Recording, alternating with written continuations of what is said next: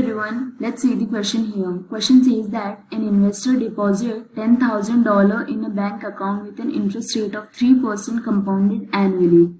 Every year, the investor withdraws the interest earned and reinvests it in another account with an interest rate of 4% compounded quarterly. At the end of 5 years, what will be the total amount in the second account, including both principal and interest?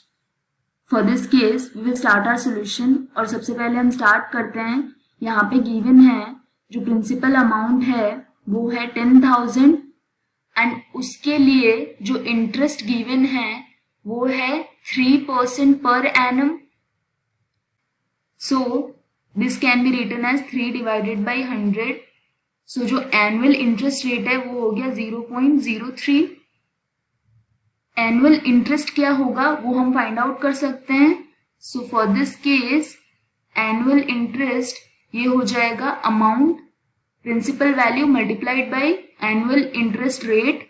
ये हो जाएगा $10,000 multiplied by 0.03 which is equal to $300. अब हम note down करते हैं data second account के लिए. Second account के लिए बोला गया है जो रेट ऑफ इंटरेस्ट है वो है 4% and it is compounded quarterly. That means 4 section में होगा. So total rate this will be divided by 4 which will be equal to 1%, और we can say this will be 4 divided by 400 which is equal to 0.01.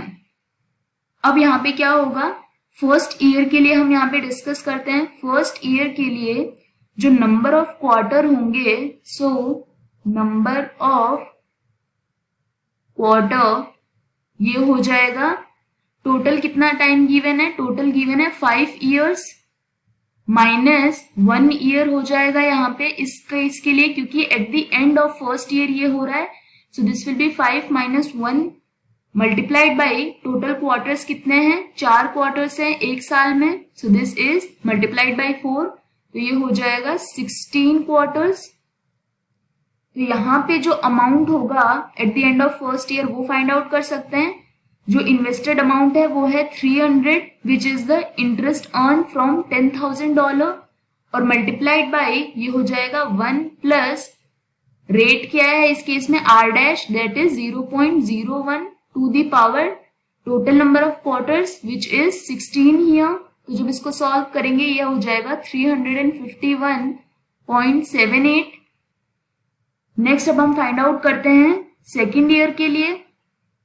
So for the second year यहाँ पे जो number of quarters होंगे वो reduce हो जाएंगे. So here number of quarters this will be equal to 5 years minus 2 years now and multiplied by total number of quarter एक साल में है 4. so this will be equal to 12.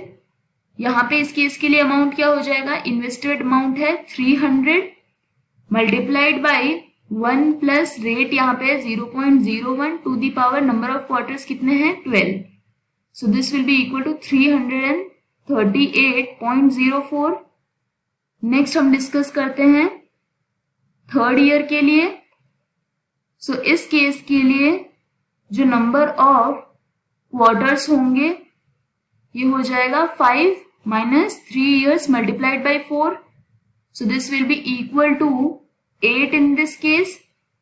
यहाँ पे अमाउंट हो जाएगा invested amount 300 multiplied by 1 plus rate है 0.01 to the power number of quarters क्या है 8 है यहाँ पे. तो ये हो जाएगा 324.87. फोर्थ ईयर इस केस के लिए भी हम फाइंड आउट कर लेते हैं. सबसे पहले हम फाइंड आउट करते हैं number of quarters here. This will be 5 minus 4 multiplied by 4. This will be equal to 4. यहाँ पे अमाउंट हो जाएगा इस केस के लिए 300 multiplied by 1 plus 0.01 to the power 4. So on solving this यहाँ पर ये वैल्यू आ जाएगी 312.18. अब फिफ्थ ईयर इसके लिए क्या होगा, यहाँ पे अमाउंट जो होगा वो होगा इन्वेस्टेड अमाउंट के इक्वल, बिकॉज इस केस के लिए होगा ये फिफ्थ ईयर के एंड में डिपॉजिट किया गया है amount. That means for this time period यहाँ पे इंटरेस्ट नहीं अप्लाई होगा, देयरफॉर सो टोटल अमाउंट जो दूसरे अकाउंट में होगा वो क्या हो जाएगा, addition of all the amounts, मतलब A1 plus A2 plus A3 plus A4 plus A5. So this is 351.78 plus 338.04 plus 324.87 plus 312.18 plus 300. तो ये हो गया total principal amount as well as the interest.